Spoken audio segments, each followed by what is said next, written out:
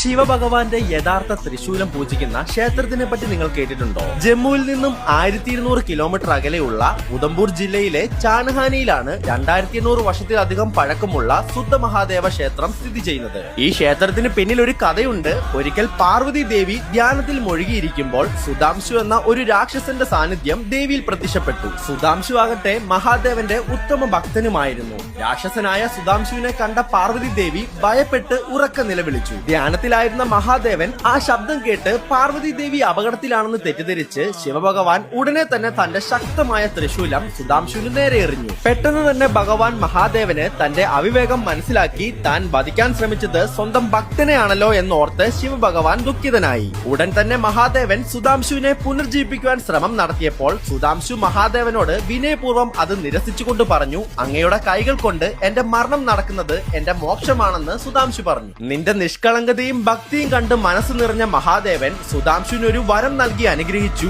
ഇന്നു മുതൽ ഈ സ്ഥലം നിന്റെ നാമത്തിൽ അറിയപ്പെടും. അതിനുശേഷം മഹാദേവൻ തന്റെ ത്രിശൂലത്തിനെ 2 കഷ്ണങ്ങളാക്കി ആ ക്ഷേത്രത്തിൽ സ്ഥാപിച്ചു എന്നാണ് വിശ്വാസം. ഞാനൊരു മാല വാങ്ങിച്ചു. രുദ്രാക്ഷത്തിലും കരിങ്കാലി മുത്തുകളിലും ഒന്നിച്ചിട്ടുള്ള ത്രിശൂലത്തിൽ മഹാദേവന്റെ പെൻഡന്റ് ഉള്ള ഒരു മാലയാണിത്. ഒറിജിനൽ കരിമരത്തിൽ നിന്നും ഡിസൈൻ ചെയ്ത മുത്തുകളും പഞ്ചമുഖി രുദ്രാക്ഷവുമാണ് ഇതിലുള്ളത്. ട്രഡീഷണൽ ഡ്രസ്സുകളുടെ കൂടെ വെയർ ചെയ്യാൻ പറ്റിയ ഒരു മാലയാണിത്. ഞാനിത് പർച്ചേസ് ചെയ്തത് ഡിവൈൻ ഹിന്ദു എന്ന വെബ്സൈറ്റിൽ നിന്നാണ്. ഇതുകൂടെ കൂട്ടി ഒരുപാട് പ്രോഡക്ട്സ് ഈ ഒരു പേജിൽ നിന്നും ഞാൻ പർച്ചേസ് ചെയ്തിട്ടുണ്ട്. കാരണം ഗവൺമെന്റ് ലാബ് ടെസ്റ്റഡ് സർട്ടിഫിക്കറ്റ് ഉള്ള പ്രോഡക്ട്സ് ആണ് ഇതെല്ലാം. അപ്പോൾ തൃശൂലത്തിൽ മഹാദേവനുള്ള ഈ ഒരു മാല നിങ്ങൾക്ക് വേണമെന്നുണ്ടെങ്കിൽ കമന്റ് ബോക്സിൽ ശിവ എന്ന് കമന്റ് ചെയ്താൽ മാത്രം മതി. പ്രോഡക്റ്റ് ലിങ്ക് ഞാൻ എല്ലാവർക്കും പേഴ്സണലി DM ചെയ്തു തരാം.